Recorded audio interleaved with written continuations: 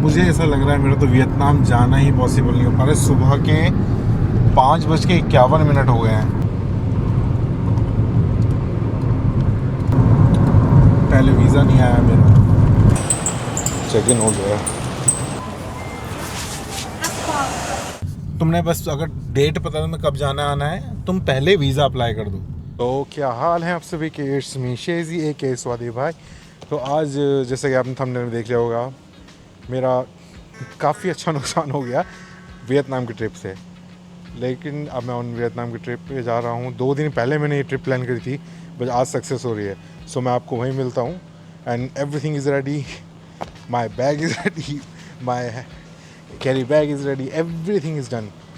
And मेरे को बहुत जल्दी करना पड़ा। मेरा जस्ट वीज़ा अभी आया था कुछ 4 घंटे पहले। मैंने तुरंत टिकट करी, सब कुछ करा, बट मेरे को बहुत ज़्यादा डिसअपॉइंटमेंट है वियतनाम के वीज़ा ऑफिस से। By the way my taxi is here. So अभी चलते हैं और आपको दिखाते हैं। यप, टैक्सी आ चुकी है। सब कुछ ख़राब ही हो रहा है। 4 घंटे पहले मेरा वीज़ा आया वियतनाम का और मैंने बहुत जल्दी सब कुछ प्लान किया है। अब मैं ऑन द वे हूँ। कुछ मेरी इतनी खास पैकिंग नहीं, जिसमें मैंने 4 जोड़ी कपड़े डाले ऑलरेडी, जैसे हम गरीबों में होता है। टैक्सी मेरी आ चुकी है एंड अभी हम चलते हैं। मेरे को कम से कम 1 आवर 30 मिनट्स यहाँ से लगेंगे। तो मैं पहुँच के आपको एयरपोर्ट पे मैं सारी रामकथा सुनाता हूँ कि क्या हुआ, कैसे मेरे 2 दिन वेस्ट गए, कैसे मेरे $200-300 वेस्ट हुए। सो सी यू देयर।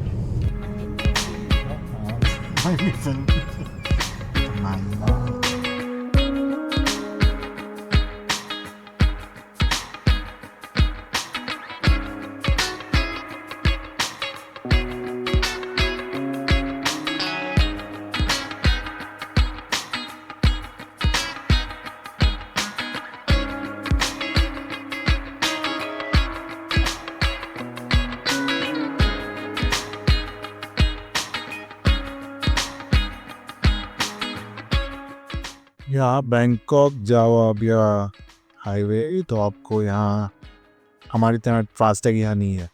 तो आपको ये करना पड़ता है, यहाँ एक कार्ड आपको, एक एंट्री से आपको एक कार्ड देते हैं। वो कार्ड आपको तो अपने एग्जिट पे देना है। जहाँ पे एग्जिट पे दोगे वहाँ तक का वो टोल ले लेते हैं। ये भी सही है, टाइम नहीं लगता है यार ट्रिप का। मैंने देखा है बहुत फास्ट है किसा। I think more than FASTag से ज़्यादा है अपने यहाँ फास्टैग। मैंने बहुत सी बार मैंने नोटिस किया, बहुत सी बार मैंने फेस भी किया है कि हम लाइन में लगे हुए हैं, 10-10 बाइकें कारें हमारे आगे लगी हुई हैं और वो इतना टाइम ले रही होंगे। एक का पास नहीं हो रहा तो दूसरों को भी नहीं आने दे रहे। कोई आ नहीं रहा कि हम पास करा दें, कोई आ नहीं रहा कि हम साइट लगा दें उस कार को। उनके जो स्टाफ है वो ऐसे ही चलता रहता है। करने को बुराइयाँ बहुत है बट नहीं कर सकता। अपना देश है, भारत देश है, बस ये ही बहुत से रीजंस हैं। इसकी मैं एक सेपरेट वीडियो बनाऊंगा जिसकी वजह से मैं इंडिया से बाहर निकलूँ। बहुत सारे रीजंस है पर या ओके, बट स्टिल मेरा ही देश है, मेरा देश महान। वो मुझे ऐसा लग रहा है मेरा तो वियतनाम जाना ही पॉसिबल नहीं हो पा रहा है। सुबह के 5:51 हो गए हैं। मेरी 7:30 की फ़्लाइट थी। मैंने ध्यान नहीं दिया कि मेरी जो फ़्लाइट है दोंगवॉन एयरपोर्ट के, मैं बैंकॉक सुवर्णभूमि एयरपोर्ट आ गई। और अब पता नहीं मैं जा पाऊँगा नहीं जा पाऊँगा। इतने मेरे दिक्कतें आ रही हैं मेरे को बहुत ज़्यादा। मैंने बाहर आके दोबारा एक टैक्सी दी है, लेट्स सी मैं पहुँच पाता हूँ कि नहीं। I think not possible. It's already 6 o'clock। 1.5 घंटा है, यहाँ से 35 मिनट का रास्ता है। Check in, security check in, immigration, they will go out for the Vietnam. Let's see. पहले वीज़ा नहीं आया मेरा। I have to be careful on this trip at least. सिर्फ ही वियतनाम पे थे। It's the first and the last time for me. मैं कभी वियतनाम नहीं जाऊँगा।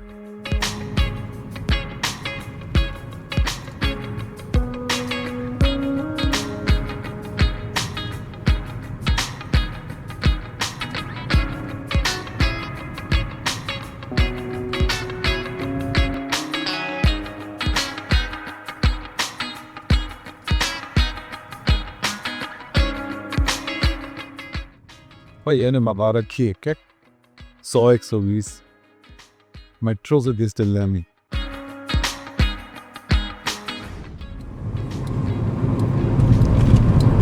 इतनी मेरे को नींद आई थी मेरी साइड नींद हो गई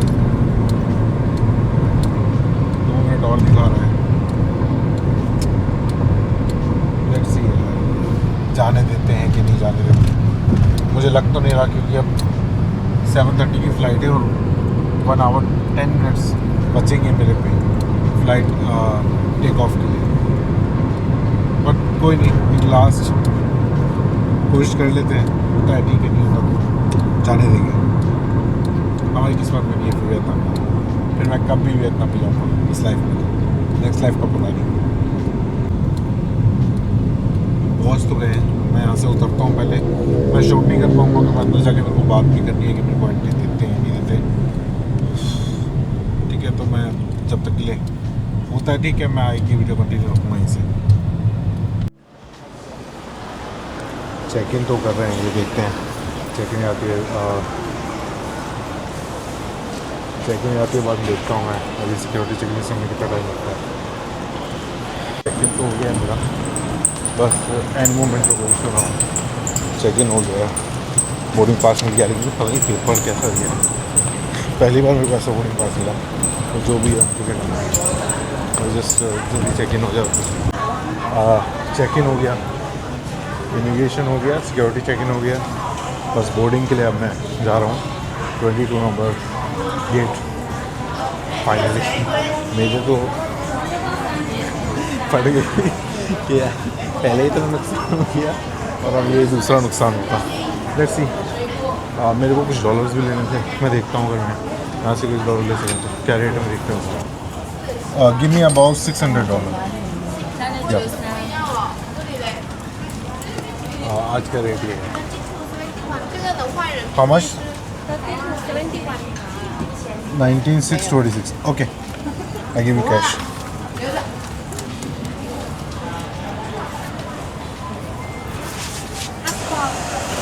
passport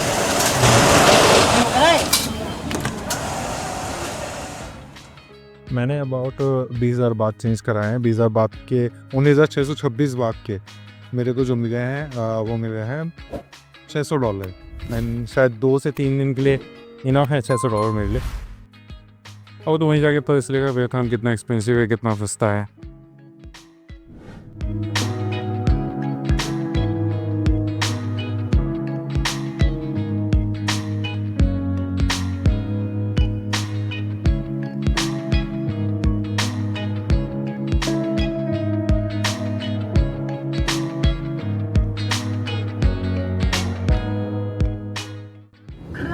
ที่ทำด้วยเงินทองคำหรือแพลทินัมแร่รัตนชาติอันได้แก่वियतनाम में पहुँचे यहाँ हमें लगे थाईलैंड से 1 घंटा 45 मिनट के करीब पूरी रात नींद में रह गई फ्लाइट में सो के कुछ नहीं देख पाए क्या देखता बस जैसा भी है जाता हूँ होटल चेक इन करता हूँ और आपको डिटेल में बताता हूँ कि क्या रहा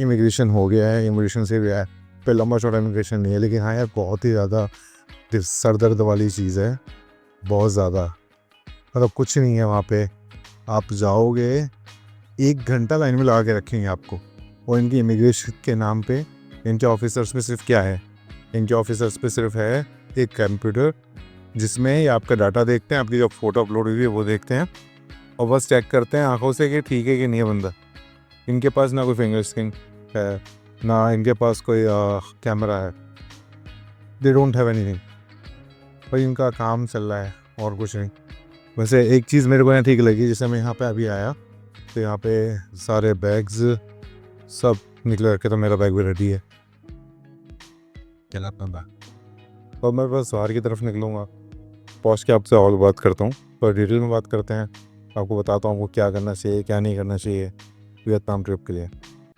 अब आके मैं टैक्सी में बैठ चुका हूँ टैक्सी आप बेस्ट है, आप एप्लीकेशन डाउनलोड करें, ग्रैब एप्लीकेशन, वो सबसे बेस्ट रहेगी आपको के लिए। आप अगर बाहर से टैक्सी लेते हो, प्रीपेड टैक्सी लेते हो, आपको पड़ेगी बहुत महंगी। मैं पता कर रहा था तो मेरे को बताता है वो 2,50,000 वियतनामी डोंग। मैंने फिर बाहर आया, ग्रैब मैंने चेक करी, सिर्फ 97,000 बार, ओह सॉरी 97,000 वियतनामी डोंग।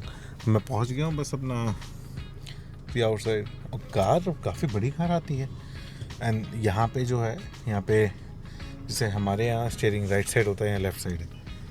अगर राइट साइड स्टीयरिंग है तो वो लेफ़्ट हैंड ड्राइव होती है, यहाँ लेफ़्ट साइड स्टीयरिंग है तो राइट हैंड ड्राइव है। यहाँ पर राइट हैंड ड्राइव है। शायद आपको इंटरनेशनल ड्राइविंग लाइसेंस नहीं मिलेगा यहाँ पे चलाने के लिए, शायद, मुझे पता नहीं है इस बारे में इतना, बट हाँ दुबई में चला सकते हैं, यहाँ भी चला सकते हैं, कुछ तो हो गई। ये मैंने कभी सोचा नहीं, क्योंकि यहाँ मैक्सिमम बाइक्स हैं, कार्स बहुत कम मैंने अभी तक देखी। वो तो एयरपोर्ट के पास में बाइक्स ही दिख रही हैं। लेकिन हाँ बहुत मतलब इनका जो प्रोसीजर है वीज़ा का, इन सब से मैं ऊब गया। क्या ही कर सकते हैं। मैंने वीज़ा अप्लाई किया था, 6 दिन मेरे लगे वीज़ा को आने में, और वीज़ा मेरा 3 से 4 दिन में आना था। 6 दिन के बाद भी मेरा वीज़ा नहीं आया। मेरी फ़्लाइट थी, मैंने फ़्लाइट के पैसे लॉस हुए, मेरा स्टे बुक था, मेरा 2 दिन का स्टे ख़राब हुआ।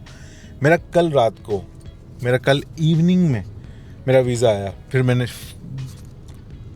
जल्दी से टिकट बुक करी, ऑफिस आया, सब कुछ क्लियर करा, रेडी करा बैग, एंड आ गया। पूरी रात सोया का हूँ मैं यहाँ पे। फ़्लाइट में जो सो पाया, 1 घंटे 45 मिनट की फ़्लाइट थी। और जैसा आपने देखा कितना बड़ा कांड हुआ, मैं गलती से स्वर्ण भूमि आ गया डोंगमोन की जगह। और उस टाइम पे जल्दी इतनी थी, मैंने टिकट बुक कर दी, मैंने ध्यान नहीं दिया डोंगमोन एयरपोर्ट है। लेकिन अब मैं 1 घंटे पहले पहुँचा हूँ, 1 घंटे 10 मिनट पहले। Check in, immigration, security check in, everything super smooth, like 40 minutes में, विद इन 40 मिनट्स सब कुछ मेरा क्लियर हो गया। और 30 मिनट के बाद के अंदर हमारी बोर्डिंग भी हो गई। तो आई थिंक मेरे को तो बहुत सही लगा। अगर मैं दिल्ली में होता या किसी और कंट्री में होता मुझे नहीं पता, लेकिन मैं पैसे लॉस कर चुका। मैंने हार मान ली थी कि यार बैंकॉक में स्वर्ण भूमि नहीं जा पाऊँगा मैं, यार कैंसिल है, ईजी नहीं है जाना। थोड़ा बाहर का आपको मैं दिखाता हूँ।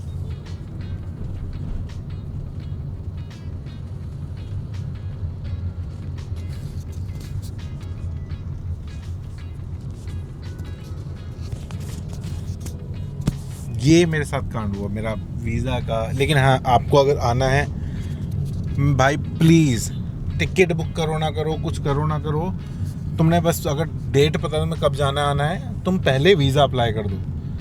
इनका एक ड्रामा और हुआ। मैं जब वीज़ा अप्लाई कर रहा था तो उस टाइम पे फ़ोटो मैच नहीं हो रही थी। लाइक मेरा 2018 का पासपोर्ट बना हुआ है, 6-7 साल पुराना है।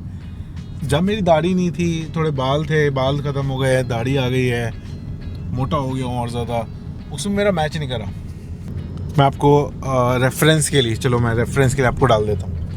मैं अभी स्क्रीनशॉट आपको यहीं नीचे डाल दूँगा, आप चेक करिएगा इसे कितना डिफरेंस है। ज़्यादा डिफरेंस है ही नहीं, बताओ। फिर उसके बाद वो मैच नहीं होता है, उसमें कहते हैं ग्लासेस के साथ फ़ोटो नहीं डालनी। फिर लास्ट मेरे पे जो ऑप्शन बचा, मैं ग्लासेस के साथ फ़ोटो डाल। मेरी गलती तो मत करना, पहले वीज़ा अप्लाई करना, वीज़ा आए तो। इनका वीज़ा का प्रोसीजर भी बहुत स्लो है, तो कुछ नहीं पता क्या होगा क्या नहीं होगा। तो better first you get the visa, then you can book the tickets, stay and everything. But एक एग्जैक्टली आपको पता हो इस तारीख की बुक करनी है टिकट, तो आपने बुक करनी है, और कुछ नहीं। तो चलिए नेक्स्ट वीडियो में मिलते हैं, तब तक के लिए bye bye, take care. Subscribe and share brother, please subscribe करो पता रहेगा मेरी पे कितनी मेरी फैमिली बढ़ गई है। मैंने स्टार्ट किया, लेट्स सी। Bye bye.